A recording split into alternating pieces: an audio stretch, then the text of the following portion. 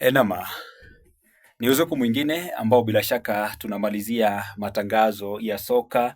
Usiku wa leo bila shaka tulikuwa tunakuletea mchuano kati ya Liverpool dhidi ya klabu ile ya Marseille, Olympique Marseille kutoka kule Ufaransa, na mechi imeweza kutamatika kwa faida ya vijana wa Liverpool kupata ushindi wa magoli 3-0 kwa faida ya wachezaji Dominic Szoboszlai na Jeremy Frimpong, ambaye bila shaka shuti lake liliweza bila shaka kumlazimu, nazungumzia golikipa Muite Ruri, kujifunga na kisha amefunga Cody Gakpo ambaye alikuwa ameanza nje. Ukiangalia kikosi ambacho ameanza Ancelotti nacho usiku wa leo, hasa ile nazungumzia front line yake, Mohamed Salah amerejea kutoka kule, zungumzia AFCON, uhusiano wake kabla wakati ambapo alikuwa anaondoka kuelekea AFCON na Ancelotti haukuwa mzuri. Unakumbuka kwamba baada ya maneno yake akazungumza, kocha naye akajibu, lakini ndio alipatiwa nafasi ule mchuano wa Brighton before aondoke, akatoa assist, lakini hatuko tunatarajia labda angeanza, lakini unaona kwamba amecheza na hata amemaliza dakika 90, na maana kwamba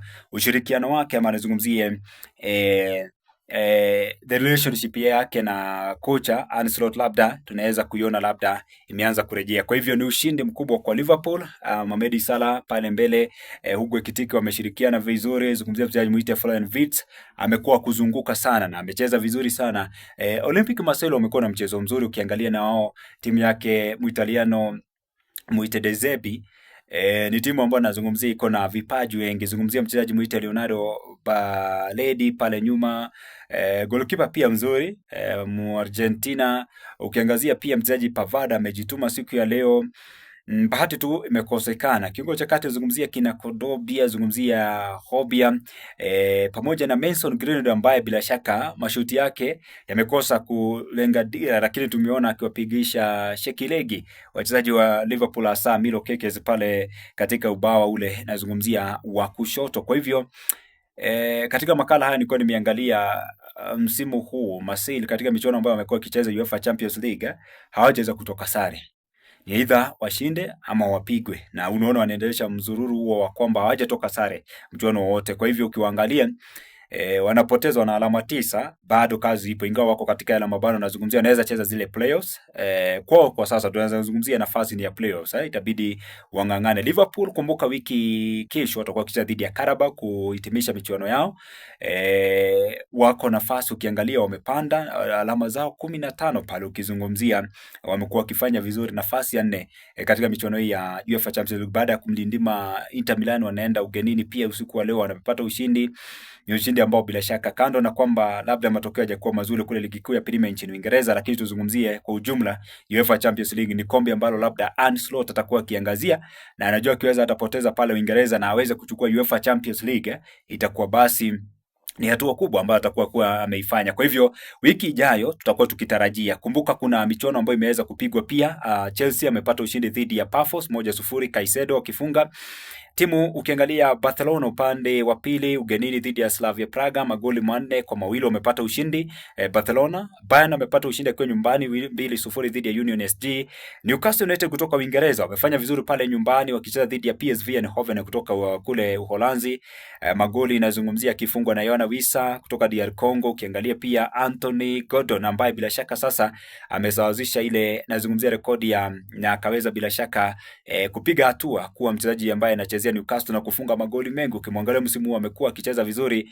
Kwa hivyo ukimwangalia na Ranchira unaona kwamba amefanya bora na anazazisha rekodi hiyo. Pia amefunga Harvey Barnes. Newcastle ukiangalia pia na wao wana nafasi nzuri ya kusonga mbele kwa sababu wako katika yale mabano, na pale ambapo anazungumzia wanaweza cheza playoffs. Kumbuka watakuwa kimalizia na dhidi ya PSG ya kutoka Ufaransa, na si mara ya kwanza wanapatana. Kumbuka wameipatana hapa msimu wa mwaka 2023, msimu wa mwaka 2024 wakati Kylian Mbappe akiwa kule PSG. Kwa hivyo ni mchuano ambao utakuwa ukiwa wa kuvutia sana watakapokuwa wakimenyana. Na tukiangazia wiki ijayo pia tutarajie, ukiangalia Bayern anapiga dhidi ya zungumzia PSV Eindhoven, yuko nafasi ya pili alama 18. Arsenal moja kwa moja ashafuzu, yeye anamaliza na kaida tarmati. Kwa hivyo wiki kesho kikubwa zaidi ni kuweza kujua nani atakuwa kimaliza katika mabano ya timu 8, kwa sababu ukiangalia pale Chelsea, zungumzia Manchester City. Chelsea ingawa kwa sasa hivi yuko ndani ya mabano ya timu zile 8, lakini ukiangalia ikiwa kwamba atapoteza mchuano wake wa mwisho ama atoke sare, huenda akajikosa katika ile nafasi ya kufuzu moja kwa moja, kwa sababu anapiga dhidi ya Napoli next week. City anacheza dhidi ya Galatasaray. Kwa hivyo ukiangalia City yeye ameporomoka kidogo, ametoka kwenye mabano ya timu zile 8.